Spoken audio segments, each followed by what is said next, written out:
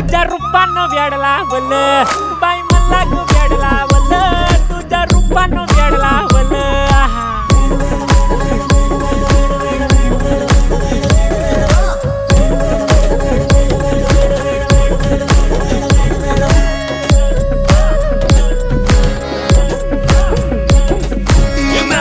काम सारा सोडून आलो मी चालती मस्त म्हणे मला फॉलो मी काय करू तू मला कळना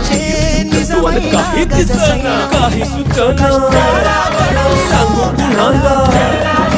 काय मी करू